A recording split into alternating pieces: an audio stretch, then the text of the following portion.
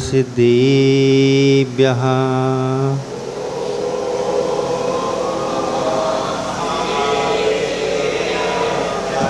ॐ नमः सिद्धेभ्यः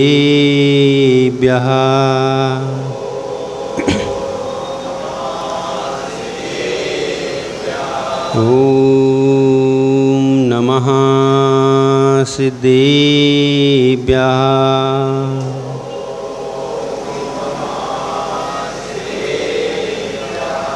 आदिम तीर्थंकर प्रभो आदिनाथ मुनिनाथ आदि व्याधि आदि मद मिटें तुम पद में मम मात व्यस कहो तार्थ है दयामयी शुभ धर्म व्यस से तुम भरपूर हो व्यस से मिटते कर दीनों के दुर्दिन मिटें तुम दिन कर को देख सोया जीवन जागता मिटता अविवेक शरण चरण हैं आपके तारण तरण जहाज भवदद तट तक ले चलो करुणा कर जिनराज करुणा कर जिनराज करुणा कर जिनराज।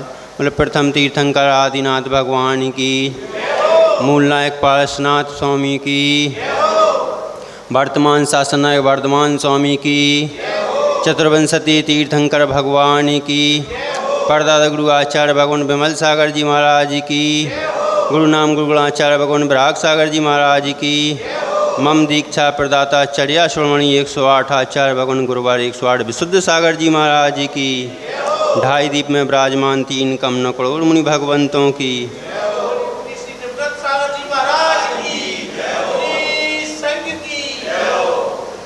बंधुओं, इस संसार में जो जीव जिस जगह रहता है निवास करने लगता है वह उसी को अपना मानने लगता है, उसी में रम जाता है, उसी की ओर दृष्टि कर देता है।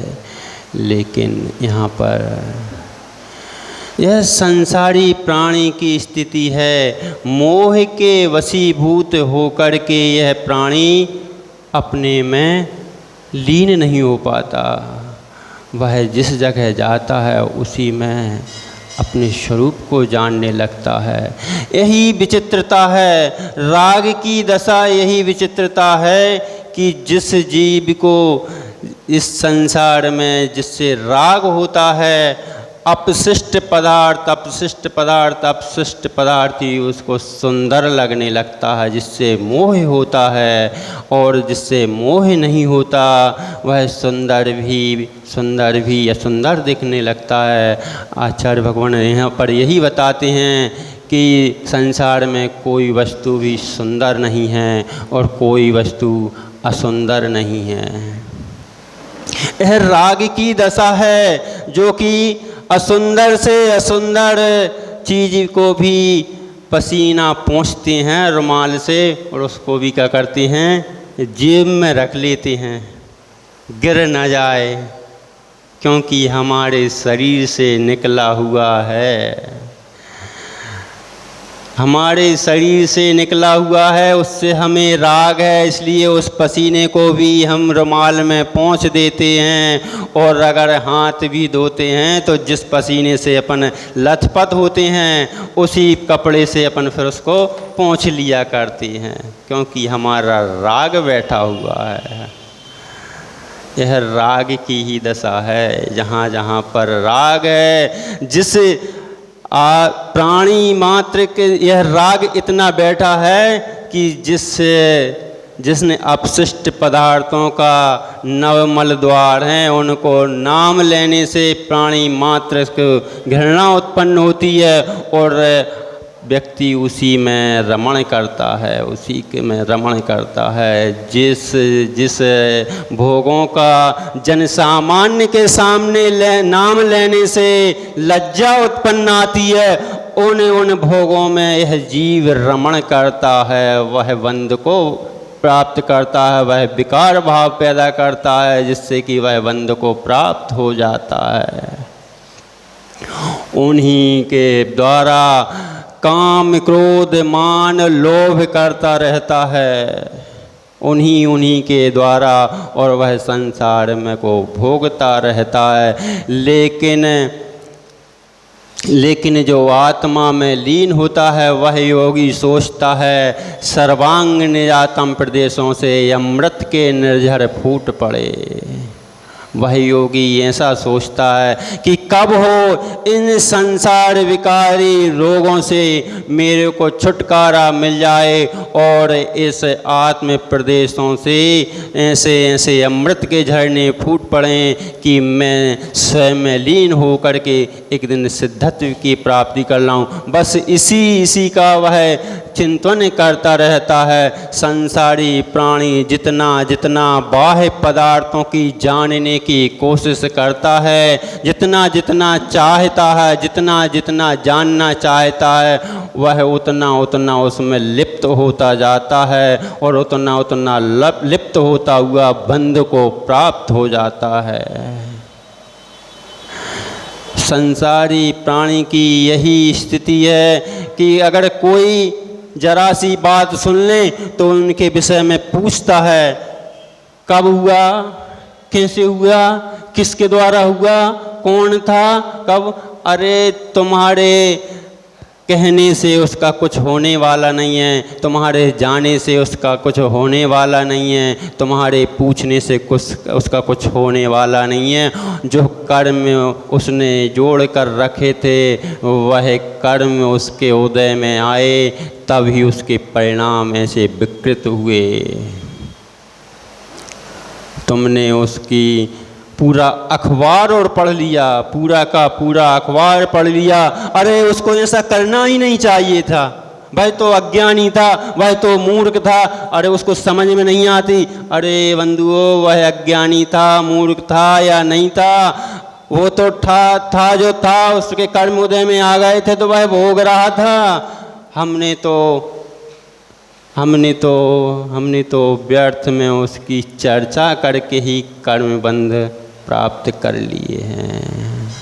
भोगों को इतना भोगा, खुद को ही भोग बना डाला। उन भोगों से कभी तृप्ति नहीं हुई, उन भोगों के लिए ही मैं सदा आसक्त रहा जिन भोगों के नाम लेने से घृणा उत्पन्न होती है। मैं किसी जन सामान्य के बीच कह नहीं सकता, बोल नहीं सकता, बता नहीं सकता। उन भोगों में ही, वासनाओं में चंद मिनटों के, चंद घंटों के वासना के व्यतीत होकर विकार भाव पैदा कर उस संपूर्ण पर्यायों को नष्ट करता हूँ। और एक ही पर्याय नहीं, एक पर्याय नहीं, यह तो न मालूम कितनी कितनी पर्यायों में बांधता जाता हूँ। कोई कहे अज्ञानवश हो रहा है, अज्ञानवश हो रहा है, अज्ञानवश हो रहा है, तो वह कहने वाला मात्र अपने दोषों को छुपाने के लिए कहता है। अज्ञानवश नहीं हो रहा, आपके ज्ञानवश हो रहा है, आपके सोच समझने पर हो रहा है। यहाँ पर बैठे सब ज्ञानी हैं, प्रत्येक जीव ज्ञानी है नहीं भैया, नहीं है, सब अज्ञानी हैं, नहीं है, सब ज्ञानी हैं।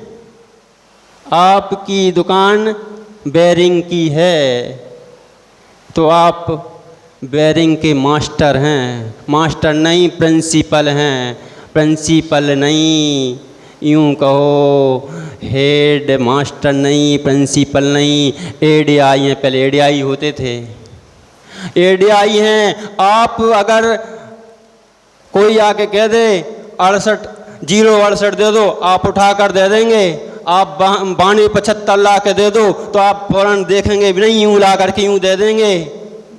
6306 दे दो, आप फौरन ला करके दे देंगे।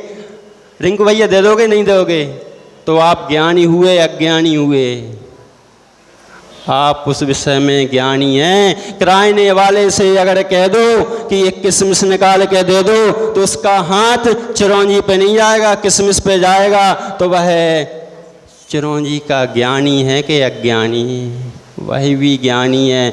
जिस जिस विषय में अगर उसको जानकार है तो वह ज्ञानी है। अगर वकील से कह दो वकालत कर लो तो वह फ़ौरन कर लेगा, और उनसे कह दो कि अगर एक बेरिंग ला के दे दो तो पूरी दुकान छान लेगा, लेकिन वह दिन भर में वह 6306 निकाल के नहीं दे पाएगा। तो वह अज्ञानी है, वह अज्ञानी है। उसके विषय में अज्ञानी है, लेकिन वकालत के विषय में ज्ञानी है। सब अपने अपने विषय में ज्ञानी हैं। ऐसे ही बंधुओं, जो भोग रहे हैं, वो जो भोग रहे हैं, वह अज्ञान के बस में नहीं भोग रहे, वह ज्ञान से ही भोग रहे हैं। नाम ले देते हैं, क्या हम तो अज्ञान बस हो गया, हम चाहते तो नहीं थे, मन में तो विचार करके बैठे हैं। अरे अगर आप विचार नहीं करते, सोचते नहीं, तो उधर जाते भी नहीं, क्योंकि आप तो जिस प्रकार वकील बेरिंग नहीं दे सकता, डॉक्टर सुई लगाएगा, अगर उससे कह दो कि किराने की सामान कोई वस्तु उठा के दे दो तो वह नहीं दे सकता।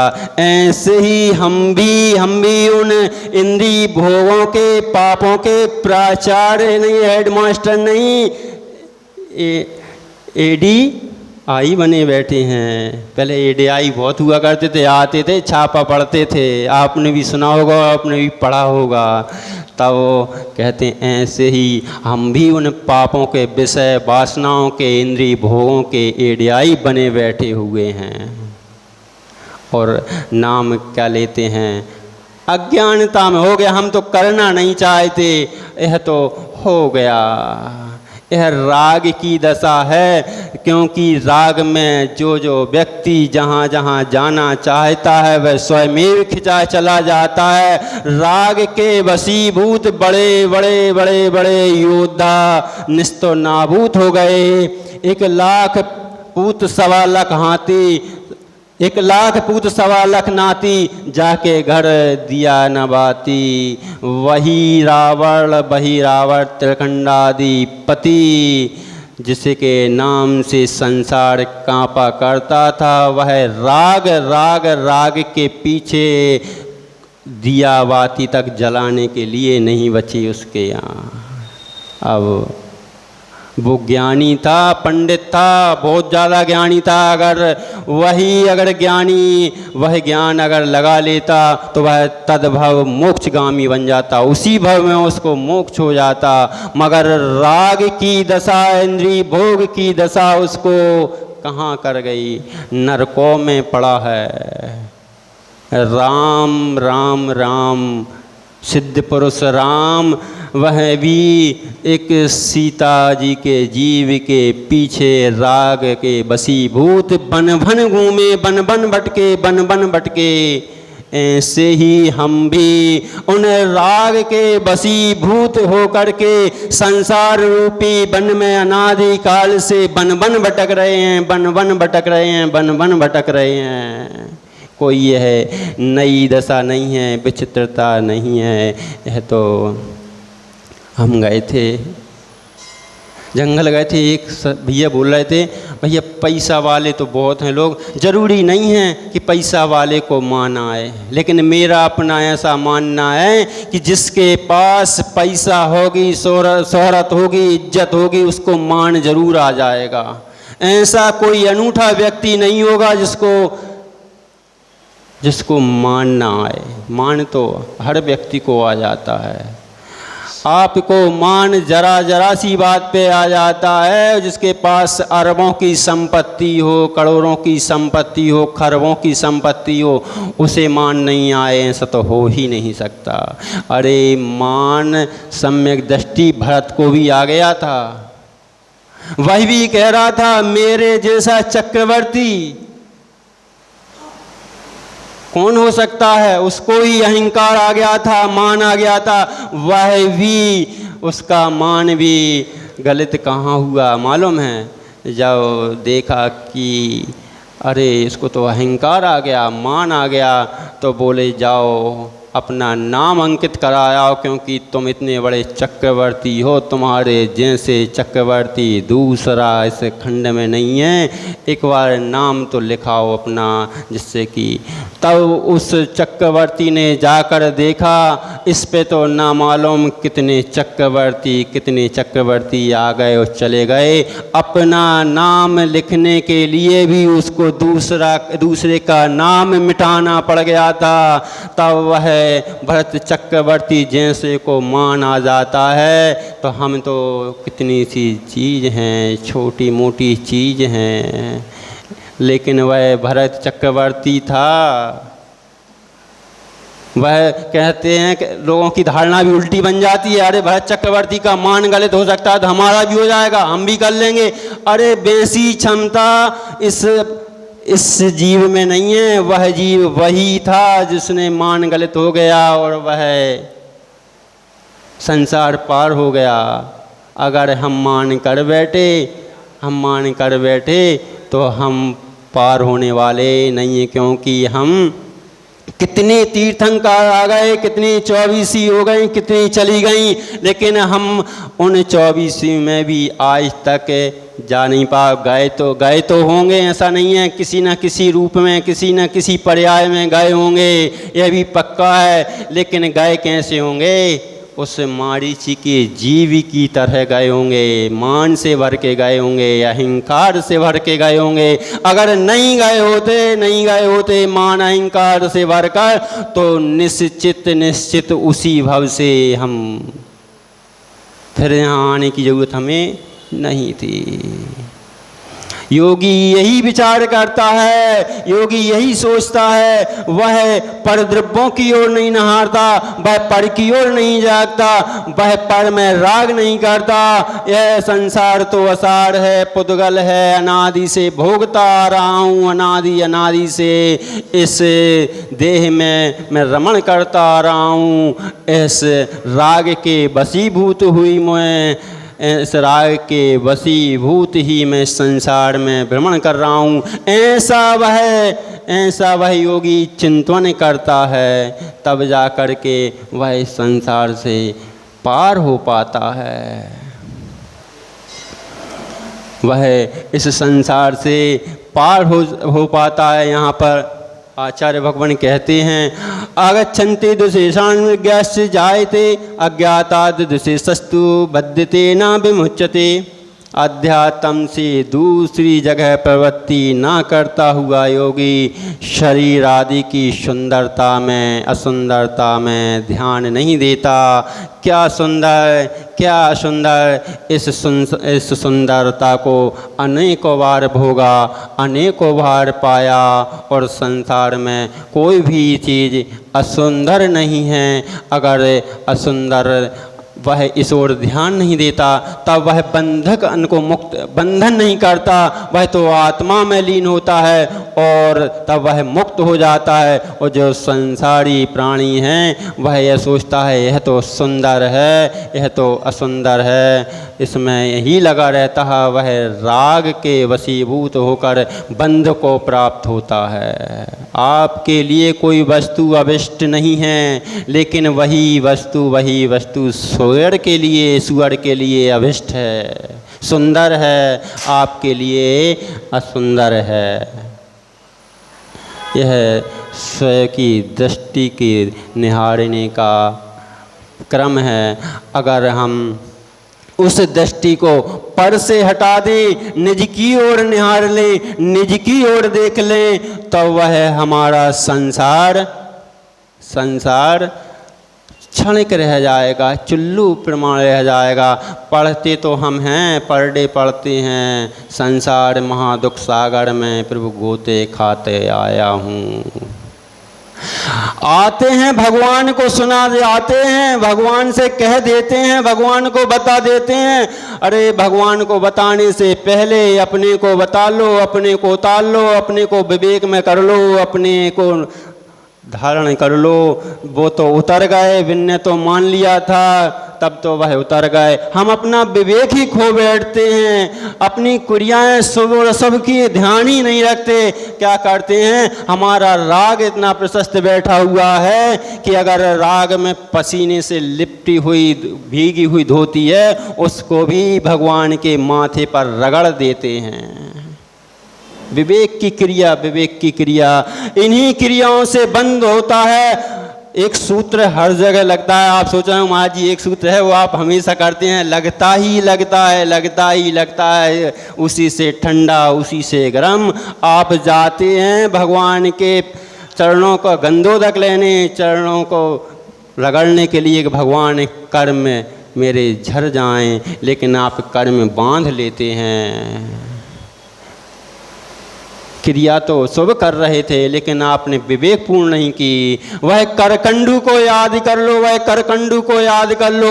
उसने क्या किया था, फल तो फूल तो चढ़ाया था, भक्ति भाव से फूल चढ़ाया था, लेकिन हाथ में क्या रह गया था, मात्र थोड़ी सी कीचड़ छवि रह गई थी। इस कारण वह पूजा कभी विफल नहीं होती, भगवान की भक्ति कभी विफल नहीं होती। वह ग्वाला करकंडू दूसरे भव में जाकर सेठ पुत्र हुआ, राजपद को प्राप्त हुआ, किंतु वही करकंडू हाथ में कीचड़ लगे होने के कारण वह उसको क्या हो गया था, कुष्ठ रोग था, उसको सफ़ेद रोग था।